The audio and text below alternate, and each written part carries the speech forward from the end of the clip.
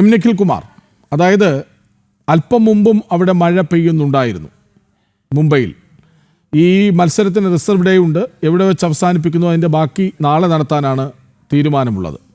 ഈ പൊതുവെ മുംബൈയിലെ പിച്ച്, DY പാട്ടീൽ സ്റ്റേഡിയത്തിലെ പിച്ച് ബാറ്റർമാർക്ക് അനുകൂലമാണ്. എന്നാൽ രണ്ടാമത് ബാറ്റ് ചെയ്യുന്നവർക്ക് അത് കുറച്ച് പ്രശ്നങ്ങൾ ഉണ്ടാക്കാൻ സാധ്യതയുണ്ടെന്ന വിലയിരുത്തലും ഉണ്ട്. കഴിഞ്ഞ കളിയിലും അങ്ങനെയൊക്കെ തോന്നിപ്പിച്ചതാണ്. പക്ഷേ നമ്മൾ സമർത്ഥമായി അതിനെ അതിജീവിച്ചു. എങ്ങനെയാണ് പിച്ച് കണ്ടീഷൻസ്? അത് ടോസ് കിട്ടുന്നവർക്ക് അത് ആനുകൂല്യമാകുമോ? പക്ഷേ തീർച്ചയായും ടോസ് അത് വലിയൊരു നിർണായക ഘടകം തന്നെയാണ് ഇന്നത്തെ മത്സരത്തിൽ. കാരണം നേരത്തെ കൃഷ്ണരാജ് പറഞ്ഞതുപോലെ ബാറ്റിങ്ങിന് അനുകൂലമായ ഒരു 300-ന് മുകളിലേക്കൊക്കെ സ്കോർ പോകാൻ സാധ്യതയുള്ളൊരു പിച്ചാണ് DY പാട്ടീൽ സ്റ്റേഡിയത്തിൽ ഇന്ന് ഈ മത്സരത്തിന് വേണ്ടി ഒരുക്കിയിട്ടുള്ളത് എന്നുള്ളതാണ് ഏറ്റവും ശ്രദ്ധേയം. അതായത് വലിയൊരു സ്കോറിലേക്ക് ആദ്യം ബാറ്റ് ചെയ്യുന്ന ടീമിന് അനായാസം വലിയൊരു സ്കോർ പടുത്തുയർത്താൻ അനുകൂലമായൊരു പിച്ചാണ്. പക്ഷേ രണ്ടാമത് ബാറ്റ് ചെയ്യുന്ന ടീമിന് അത് വലിയൊരു ദുഷ്കരമാവാനുള്ള സാധ്യതയുണ്ട്. കാരണം രാത്രിയിൽ മഞ്ഞ് വീഴ്ചയ്ക്കുള്ള സാധ്യതയുണ്ട് എന്ന് വിലയിരുത്തലുണ്ട്. അതുകൊണ്ട് തന്നെ ഈ മഞ്ഞ് വീഴ്ച ഉണ്ടായാൽ അത് രണ്ടാമത് ബാറ്റ് ചെയ്യുന്ന ടീമിന് വലിയൊരു ദുഷ്കരം ആവാനുള്ള സാധ്യതയുണ്ട്. ഒപ്പം കൃഷ്ണരാജ് പറഞ്ഞ പോലെ മഴ ഒരു വലിയ ഘടകമാണ്. അല്പം മുമ്പ് അവിടെ ചെറിയ രീതിയിലുള്ള മഴയുണ്ട് എന്ന തരത്തിലുള്ള റിപ്പോർട്ടുകൾ എന്തായാലും വന്നിട്ടുണ്ട്. മഴ പെയ്താൽ അതും നാളത്തേക്ക് മത്സരം, നാളെ റിസർവ് ഡേ, തിങ്കളാഴ്ച റിസർവ് ഡേ ആയിട്ട് കൃഷ്ണരാജ് പറഞ്ഞതുപോലെ ഇന്ന് എവിടെ തീരുന്നോ അവിടെ മുതൽ നാളെ മത്സരം കളിക്കാനുള്ള സാധ്യതയുണ്ട്. ഒപ്പം ഈ പിച്ച് എന്തായാലും ബാറ്റർമാരെ കൂടുതൽ അനുകൂലിക്കുന്ന, ബാറ്റിങ്ങിന് കൂടുതൽ അനുകൂലമായ ഒരു പിച്ച് തന്നെയാണ് എന്തായാലും DY പാട്ടീൽ സ്റ്റേഡിയത്തിൽ ഒരുക്കിയിട്ടുള്ളത് എന്നുള്ളതാണ്. ഒപ്പം ഈ പറഞ്ഞതുപോലെ ഈ രണ്ടാമത് ബാറ്റ് ചെയ്യുന്ന ടീം അതിന് വലിയൊരു ദുഷ്കരമാകും. അതുകൊണ്ട് തന്നെ ടോസ് വളരെ നിർണായകമാണ്. അല്പസമയത്തുള്ള ടോസ്, ഇനി കുറച്ച് സമയം മാത്രമാണ് ടോസിനുള്ളത്. ടോസ് ആർക്ക് വീഴുന്നു എന്നുള്ളത് എന്തായാലും നിർണായകമായ ഒരു കാര്യം തന്നെയാണ്. ടീമിലേക്ക് മാറ്റങ്ങൾ വരാനുള്ള സാധ്യത അത് വളരെ കുറവാണ്. കാരണം ഇന്ത്യയെ സംബന്ധിച്ച്, ഭാരതത്തെ സംബന്ധിച്ച് അവസാന മത്സരത്തിൽ മികച്ച രീതിയിൽ വിജയിച്ചൊരു ടീമാണ്. അതുകൊണ്ട് തന്നെ വലിയ മാറ്റങ്ങൾക്കൊന്നും സാധ്യത ഉണ്ടാവില്ല എന്നാണ് നമുക്ക് അറിയാൻ സാധിക്കുന്നത്. ഒപ്പം നേരത്തെ കൃഷ്ണരാജ് പറഞ്ഞില്ല, ടോസ് എന്തായാലും വളരെ നിർണായകമാണ്. ഈ പിച്ച് അത് ബാറ്റിങ്ങിനെ വളരെ വലിയ രീതിയിൽ അനുകൂലിക്കുന്നൊരു പിച്ച് തന്നെയാണ് DY പാട്ടീൽ സ്റ്റേഡിയത്തിൽ ഒരുക്കിയിട്ടുള്ളത്. പക്ഷേ ശ്രീ സന്തോഷ് സുബ്രഹ്മണ്യം, അവിടെ ഒരു പ്രശ്നമുണ്ട്. നമ്മുടെ സ്ട്രെങ്ത്ത് നമ്മുടെ ബാറ്റിംഗ് ആണ്. അക്കാര്യത്തിൽ ഒരു സംശയവും വേണ്ട. കാരണം നമ്മുടെ ബൗളേഴ്സ്, നമ്മൾ 300+ നേടിയ 2 മത്സരങ്ങൾ അവസാന നിമിഷം കലമുടച്ചത് നമ്മൾ കണ്ടതാണ്. കാരണം ഇംഗ്ലണ്ടിനെതിരെ, ഒപ്പം ഓസ്ട്രേലിയക്കെതിരെ ലീഗ് റൗണ്ടിൽ. എന്നാൽ കഴിഞ്ഞ മത്സരത്തിൽ സമർത്ഥമായി നമ്മൾ സ്കോർ മറികടക്കുകയും ചെയ്തു. ഈ ബാറ്റിങ്ങിന് കൂടുതൽ കരുത്തുള്ള നമ്മുടെ നിര ചേസ് ചെയ്യാനായിരിക്കുമോ കൂടുതലായി ആഗ്രഹിക്കുക? നേരത്തെ പറഞ്ഞതുപോലെ ഈ ടോസ് ഒരു ക്രിട്ടിക്കൽ ഫാക്ടറാണ്. പ്രത്യേകിച്ച് ഇന്നത്തെ ഈ വെതർ കണ്ടീഷൻസ്. കാര്യം ഇപ്പൊ പറയുന്നത് മഴ പെയ്യാൻ ഒരു 30% ചാൻസ് എന്നാണ് ഞാൻ മനസ്സിലാക്കുന്നത്. മഴ പെയ്യാൻ ചാൻസ് ഉണ്ട്. പക്ഷെ we are not too sure. Toss ഒരു ക്രിട്ടിക്കൽ ഫാക്ടറാണ്. നോർമലി ഈ DY പാട്ടീൽ വളരെ നല്ലൊരു ബാറ്റിംഗ് ട്രാക്കാണത്. ഇപ്പൊ മഴ വിക്കറ്റിന് എഫക്റ്റ് ആവില്ല. കാര്യം ഇന്നത്തെ കവറിംഗ് മെക്കാനിസത്തിൽ പിച്ചിന് എഫക്ട് ചെയ്യില്ല. ഔട്ട്ഫീൽഡിനെയും ബാക്കിയുള്ള വെതർ കണ്ടീഷൻസിനും മഴ ഇമ്പാക്ട് ചെയ്യും. സോ നോർമലി ഈ വിക്കറ്റില് നമ്മൾ ടോസ് ജയിച്ച് ഇഫ് വെതർ കണ്ടീഷൻസ് ഓക്കെ ആണെങ്കിൽ I think India will go for batting. കാര്യം എന്ന് പറഞ്ഞാൽ ഇന്ത്യയുടെ സ്ട്രെങ്ത് എന്ന് പറഞ്ഞ പോലെ ബാറ്റിംഗിലാണ്. ഇന്ത്യയുടെ വളരെ സ്ട്രോങ് ആയിട്ടുള്ള മിഡിൽ ഓർഡർ ആണ്. Especially with Jemimah back in form, Smriti Mandhana, നമ്മുടെ സ്കിപ്പർ ഹർമൻപ്രീത്, പ്ലസ് നമ്മുടെ ലോവർ ഓർഡർ. സോ ബാറ്റിംഗ് ഇന്ത്യയുടെ വലിയൊരു സ്ട്രെങ്ത് ആണ്. സോ ഇന്ത്യ ഒരു 300+ സ്കോർ, ഇന്നിപ്പോ ODIയിൽ 300 ആണ് യാർഡ് സ്റ്റിക്ക്. 300+ സ്കോർ ഇന്ത്യ ഇടുകയാണെന്നുണ്ടെങ്കിൽ ഇറ്റ്സ് എ ബിഗ് അഡ്വാൻറ്റേജ്. കാര്യം പിന്നെ ഒരു മഴ വരികയാണെങ്കിൽ സെക്കൻഡ് ബാറ്റ് ചെയ്യുന്നവർക്ക് ഈ കണ്ടീഷൻസ് കുറച്ച് ഇതാണ്. കാര്യം ഔട്ട്ഫീൽഡിൽ ഡ്യൂ, വെറ്റ്നസ്, ബോൾ കുറച്ച് സോഫ്റ്റ് ആവും. ഇങ്ങനത്തെ കണ്ടീഷൻസ് വരുമ്പോൾ സ്കോർ ചെയ്യാൻ കുറച്ച് ഡിഫിക്കൽട്ടി കാണും. സോ വെതർ കണ്ടീഷൻസ് കളി സ്റ്റാർട്ട് ചെയ്യുമ്പോൾ നല്ല കണ്ടീഷൻസ് ആണെന്നുണ്ടെങ്കിൽ I think India will go for batting first. പക്ഷെ മഴ ഓൾറെഡി സ്റ്റാർട്ട് ചെയ്ത് റെയിൻ എഫക്റ്റഡ് മാച്ചായി വരികയാണെങ്കിൽ ഓൾസോ വേറൊരു സ്കൂൾ ഓഫ് തോട്ട് ഉണ്ട്. റെഡ്യൂസ്ഡ് ഓവേഴ്സിൽ സെക്കൻഡ് ബാറ്റ് ചെയ്ത് പ്ലാൻ ചെയ്ത് you can chase A lower score. But I think ഈ റിസർവ് ഡേയുടെ ഇത് കൂടെ ഉള്ള സ്ഥിതിക്ക് ടോസ് ജയിച്ചു കഴിഞ്ഞാൽ I think India will bat first. India ആദ്യം ബാറ്റ് ചെയ്യും. എനിക്ക് തോന്നുന്നു India should bat first and put a big score. കാര്യം ഇന്ത്യയുടെ സ്ട്രെങ്ത് ഇരിക്കുന്നത് ബാറ്റിംഗിലാണ്. ഒരു 300+ സ്കോർ ഇട്ട് കഴിഞ്ഞാൽ I think India will definitely win the trophy. Yes, നമുക്ക് ഇനി സന്തോഷ് സുബ്രഹ്മണ്യം, നമുക്കിനി നമ്മുടെ ഇന്ത്യൻ ടീമിലേക്കൊന്ന് വരാം. സ്മൃതി മന്ദാന ഈ ലോകകപ്പിൽ ഗംഭീരമായി കളിച്ചു. പക്ഷേ സെമി ഫൈനലിൽ പ്രതീക്ഷിച്ച ഒരു കരുത്തിലേക്ക് വന്നില്ല. കാരണം 24 റൺസ് പുറത്തായി. ഒരു അപ്രതീക്ഷിതമായൊരു പുറത്താകലായിരുന്നു. അത്ര നല്ലൊരു പന്തൊന്നും ആയിരുന്നില്ല. പക്ഷേ DRS എടുത്ത് പുറത്തായി. സ്മൃതി മന്ദാനയ്ക്കൊപ്പം പ്രതികാ റാവൽ പുറത്തുപോയി. പകരം വന്നിരിക്കുന്നത് ഷഫാലി വർമ്മയാണ്. ഒരുപക്ഷെ നമുക്ക് ലേഡി അഭിഷേക് വർമ്മയെന്നോ അല്ലെങ്കിൽ വീരേന്ദ്ര സെവാഗ് എന്നൊക്കെ വിളിക്കാൻ പറ്റുന്ന തരത്തിൽ എല്ലാ ബോളും അടിച്ചു കളിക്കാൻ ആഗ്രഹിക്കുന്ന ഒരു ഹിറ്ററാണ് ഷഫാലി വർമ്മ. ഈ ഷഫാലിയുടെ കടന്നുവരവ് കഴിഞ്ഞ മത്സരത്തെ അതിൻ്റെ സൂചനകൾ നമ്മൾ കണ്ടതുമാണ്. 5 പന്ത് മാത്രം നേരിടുമ്പോൾ 2 ബൗണ്ടറികൾ അടിക്കുന്നു, പക്ഷെ പുറത്താകുന്നു. ഷഫാലിയുടെ കൺസിസ്റ്റൻസി ഇല്ലായ്മ ഒരു പ്രശ്നമാണ്. പക്ഷേ ഷഫാലി ഒരു 10 ഓവർ കളിച്ചാൽ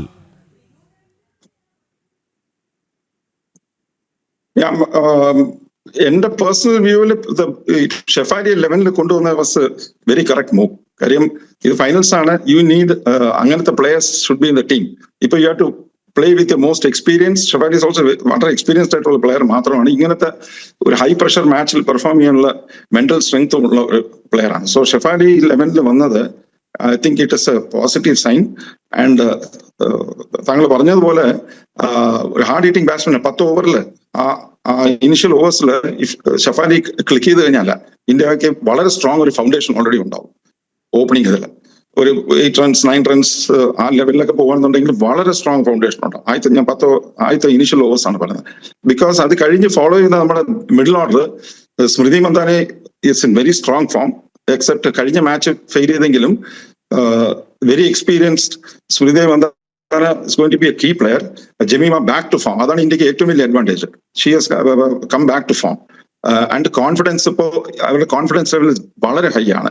പിന്നെ ഓഫ് കോഴ്സ് ഹർമൻപ്രീത്തും പിന്നെ ബാക്കി ലോവർ ഓർഡറിലും വളരെ കേപ്പബിൾ നമുക്ക് ഈ ലോവർ ഓർഡർ ഉണ്ട്. I mean 5 down 6 down 7 down ആ ഏരിയയിൽ. സോ ഇതാണ് നമ്മുടെ ഏറ്റവും വലിയ strength. Very strong middle order batting. അപ്പൊ ഈ ഷെഫാലി 11-ൽ വന്നു. നമുക്കൊരു നല്ലൊരു സ്റ്റാർട്ട് കിട്ടിക്കഴിഞ്ഞാൽ അതായിരിക്കും നമുക്ക് ഏറ്റവും വലിയ strong foundation, put up a very big score. So അതാണ് ഇന്ത്യയുടെ ഏറ്റവും ബിഗ്ഗസ്റ്റ് സ്ട്രെങ്ത്. സോ എനിക്ക് തോന്നി അത് വളരെ കറക്റ്റ് മൂവ് ആയിരുന്നു ഈ 11-ൽ വാട്ടിൻ Shefali. And knowing Shefali's experience, ഇങ്ങനത്തെ ഒരു ഹൈ പ്രഷർ മാച്ചിൽ we expect her to do very well. എന്റെ ഗട്ട് ഫീൽ പറഞ്ഞ ഷീ വിൽ ഡു വെൽ. ഞാൻ അങ്ങനെയൊക്കെ വരാം. നിഖിൽ, അതായത് ഈ സ്മൃതി മന്ദാന, ഹർമൻപ്രീത് കൗർ, ദീപ്തി ശർമ്മ, ഇത്തരം പേരുകൾക്ക് പിന്നിൽ ഒളിച്ചുപോയ ഒന്നായിരുന്നു ജമീമ. നമുക്ക് ഈ ഒരുപക്ഷെ ഈ സെമി ഫൈനലിലെ ആ ഒരു ഇന്നിങ്സ് കണ്ട് നമ്മൾ അത്രമാത്രം ഇഷ്ടപ്പെട്ടു പോയി ജമീമയുടെ ബാറ്റിംഗ് മികവിനെ.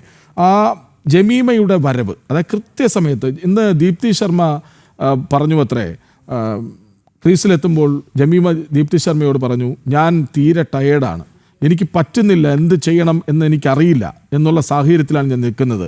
നീ എന്നെ എപ്പോഴും ഓർമ്മിപ്പിക്കണം, നമുക്ക് ഈ കളി ജയിക്കണം എന്ന് എന്നെ ഓർമ്മിപ്പിച്ചുകൊണ്ടേയിരിക്കണം, എന്നിട്ട് എനിക്ക് പിന്തുണ തരണം, ഞാൻ ഈ കളി ജയിപ്പിച്ചു തരാമെന്ന്. സത്യത്തിൽ വളരെ ഫീൽ തോന്നിയ ഒരു നിമിഷമാണത്.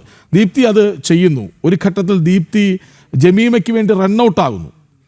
എന്നിട്ട് ആ മത്സരം വരുതിയിലേക്ക് കൊണ്ടുവരുന്നു. നമുക്ക് ഈ ജമീമയെ കണ്ടു കഴിഞ്ഞാൽ നിഖിൽ ഒരു 6 ഒക്കെ അനായാസം അടിച്ച് കളയുന്ന ഒരു ബാറ്ററാണെന്ന് തോന്നില്ല. പക്ഷേ ക്ലാസ് പ്ലെയർ, ഗ്യാപ്പുകളിലേക്ക് പന്ത് തട്ടിയിട്ട് റൺസ് അനായാസം സ്കോർ ചെയ്യുന്ന ഒരു ഷാർപ്പ് പ്ലെയറാണ് ജമീമ.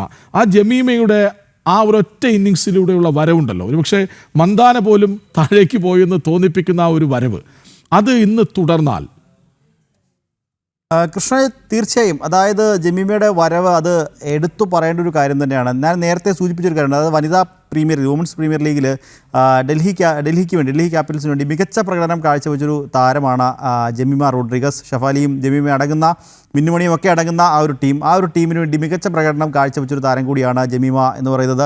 ശരിക്കും ഞാൻ ജമീമയെ കൂടുതലായി ശ്രദ്ധിക്കുന്നതും ഈ വനിതാ പ്രീമിയർ ലീഗ് WPL നടന്ന സമയത്താണ് കൂടുതലായി ശ്രദ്ധിക്കുന്നതും ക്ലോസ്ലി വാച്ച് ചെയ്യുന്നതും ആ സമയത്താണ്.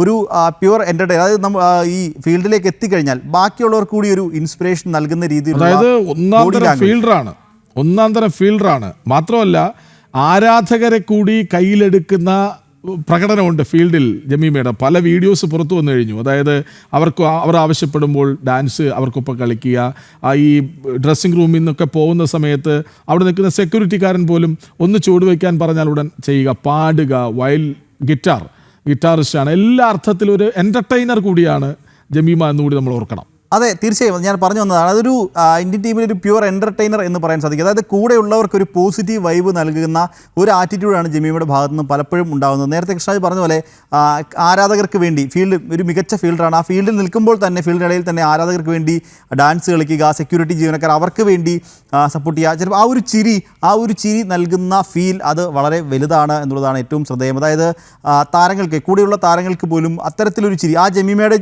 മുഖത്തു നിന്നും കഴിഞ്ഞ മത്സരത്തിന് ശേഷം അത്തരത്തിലൊരു കരച്ചിൽ നമ്മൾ ഒട്ടും പ്രതീക്ഷിച്ചതല്ല. പക്ഷേ അത് സന്തോഷം കൊണ്ട് താൻ കരഞ്ഞു പോയതാണെന്ന് ജമീമ പറയുമ്പോൾ പോലും ജമീമയുടെ ആ ഒരു പ്രകടനം അത് ടീമിൻ്റെ ആ വിജയത്തിൽ നിർണായകമാണ്. ഇന്നും അത്തരത്തിലൊരു പ്രകടനം ജമീമയുടെ ഭാഗത്ത് ഉണ്ടാവട്ടെ എന്നാണ് നമ്മൾ പ്രതീക്ഷിച്ചത്. അതിലുപരി ഈ ഒരു ടോപ്പ് ഓർഡർ മികച്ച രീതിയിൽ കളിക്കുകയും ജമീമയിലേക്കൊക്കെ ബാറ്റിംഗ് എത്താതിരിക്കുന്ന ഒരു സാഹചര്യം കൂടിയാണ് നമ്മളൊക്കെ പ്രതീക്ഷിച്ചത്. കാരണം സ്മൃതിയും ഷഫാലിയും ഹർമൻപ്രീതും ഒക്കെ അടങ്ങുന്ന ആ ഒരു ടോപ്പ് ഓർഡർ അവർ മികച്ച രീതിയിൽ കളിക്കുമ്പോൾ വിക്കറ്റുകൾ നഷ്ടപ്പെടുത്താതെ പരമാവധി നേരം കളിക്കുകയാണെങ്കിൽ ഈ മിഡിൽ ഓർഡറിലേക്ക് ബാറ്റിംഗ് വരാതിരിക്കാൻ കൂടുതൽ ഒരു സാധ്യതയാണ് എൻ്റെ ഒരു ഭാഗത്തു നിന്ന്. ഞാൻ എന്തായാലും അത്തരത്തിലാണ് ആഗ്രഹിക്കുന്നത്. കാരണം ടോപ്പ് ഓർഡർ മികച്ച രീതിയിൽ കളിക്കുക, നേരത്തെ പറഞ്ഞൊരു 300 മുകളിലേക്ക് ഒരു വലിയ സ്കോറിലേക്ക് അനായാസം പടുത്തുയർത്താൻ ടീം ആവട്ടെ എന്നാണ് ഞാൻ എന്തായാലും ഇന്നത്തെ മത്സരത്തിൽ പ്രതീക്ഷിക്കുന്നത്, ആഗ്രഹിക്കുന്നത്. അത്തരത്തിലുള്ള നിഖിൽ മടങ്ങി വരാം.